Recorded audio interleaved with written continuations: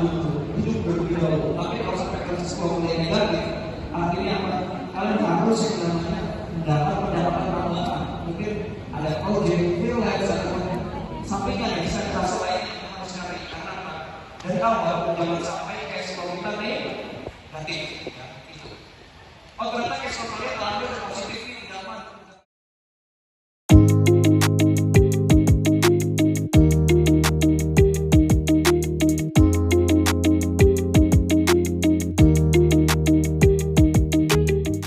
Halo teman-teman mahasiswa, saya Rahmadiya Nufrendara Bilkis dari kelompok 4 Manajemen Keuangan dari kelas 64 3D07 dengan NIM 64232533. Di sini saya akan mempresentasikan tentang perencanaan keuangan oleh saya dan kelompok saya. Di tengah padatnya kegiatan kuliah, kita sering kali fokus pada tugas, ujian, dan persiapan untuk masa depan karir. Namun, ada satu hal penting yang sering terlewatkan, yaitu keuangan pribadi. Di semester 3 ini, kalian mungkin mulai menyadari bahwa mengelola keuangan itu sama pentingnya dengan mengelola waktu dan tugas kuliah. Hari ini, kita akan membahas dua topik penting yang harus dimiliki setiap mahasiswa. Literasi keuangan dan investasi. Mungkin bagi sebagian orang kata investasi terdengar rumit dan menakutkan, terutama bagi kita yang masih belajar. Namun, percayalah, pemahaman dasar tentang literasi keuangan dan investasi sejak dini akan sangat bermanfaat di masa depan. Dalam video ini, kami akan memberikan kalian pemahaman dasar tentang bagaimana memulai mengolah keuangan pribadi dan bagaimana investasi bisa membantu kita meraih masa depan finansial yang lebih baik. Tentang pentingnya keuangan pribadi, mari kita mulai dengan literasi keuangan. Apa sih literasi keuangan itu? Literasi keuangan adalah kemampuan kita untuk memahami dan mengelola keuangan secara bijak. Bukan hanya soal menabung, tapi juga bagaimana membuat anggaran, mengatur pengeluaran, dan memahami risiko serta peluang yang ada. Nah, kita mulai dengan hal yang paling dasar, contohnya membuat anggaran. Sebagai mahasiswa, penting untuk tahu berapa banyak yang masuk dan keluar setiap bulannya. Buatlah daftar pengeluaran seperti biaya kuliah, makan, transportasi, hingga hiburan. Dengan anggaran yang jelas, kita bisa menghindari pemborosan dan bisa menyisihkan uang untuk keperluan lain. Nah, selain itu, literasi keuangan juga mengajarkan kita untuk menghindari utang yang tidak perlu. Kita harus bijak dalam menggunakan kartu kredit atau meminjam uang. Jangan sampai utang menjadi beban yang menghambat masa depan kita. Baik, untuk selanjutnya akan dijelaskan oleh teman saya. Setelah membahas literasi keuangan, mari kita masuk ke topik yang banyak orang penasaran, yaitu investasi. Investasi adalah cara kita menumbuhkan uang melalui instrumen yang memiliki potensi keuntungan di masa depan. Bagi mahasiswa, berinvestasi bukan hanya untuk orang yang kaya, tetapi juga bisa dimulai dengan modal yang kecil. Ada banyak jenis investasi yang bisa kita pilih, seperti yang kita pelajari di seminar literasi keuangan di BSI Kali Abang sebelumnya. Setiap jenis memiliki karakteristik yang berbeda-beda. Yang pertama adalah reksadana, yang merupakan salah satu instrumen yang paling ramah bagi pemula.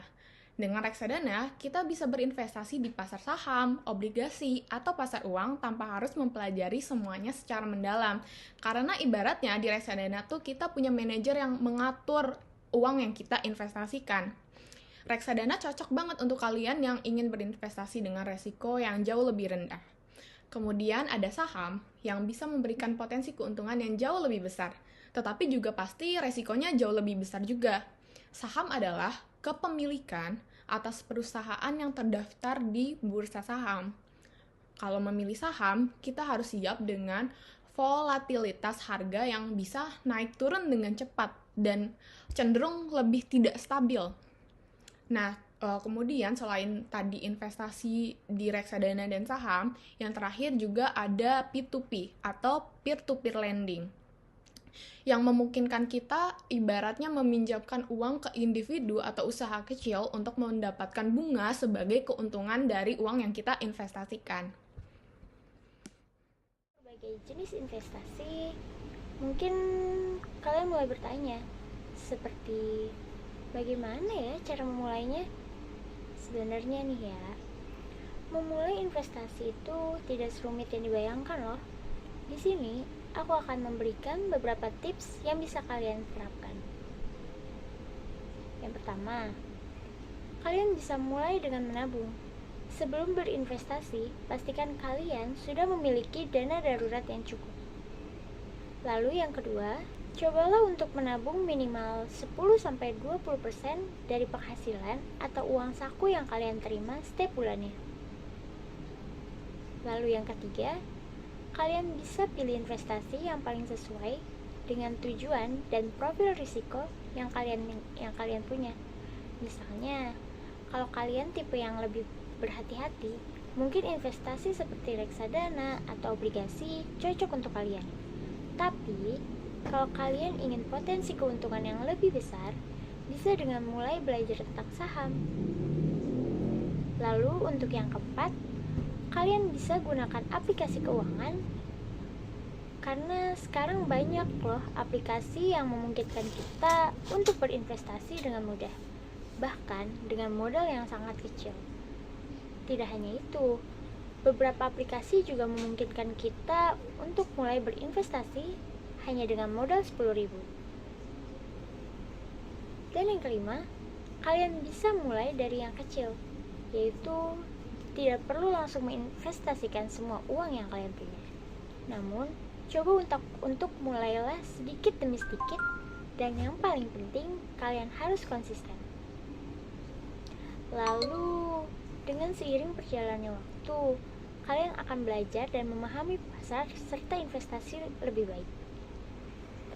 Untuk menutup presentasi ini, saya ingin mengingatkan bahwa literasi keuangan dan investasi bukan hanya tentang uang, tapi juga tentang bagaimana kita mengelola hidup kita secara lebih bijak.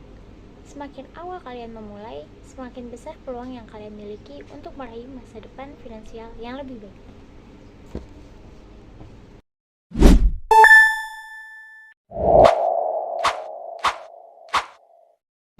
Jadi, teman-teman, investasi dan literasi keuangan itu sangat penting untuk mahasiswa. Karena ini langkah pertama menuju kebebasan finansial di masa depan. Jangan sampai menunggu lulus kuliah ya untuk memulainya. Dengan pengetahuan dasar tentang literasi keuangan dan investasi, kalian sudah bisa memulai merencanakan keuangan dengan lebih baik. Ingat, masa depan finansial yang sukses dimulai dari keputusan-keputusan kecil yang kita ambil hari ini. Terima kasih sudah menyaksikan dan semoga informasi yang kami sampaikan bermanfaat untuk kalian semua. Sampai jumpa di kesempatan berikutnya.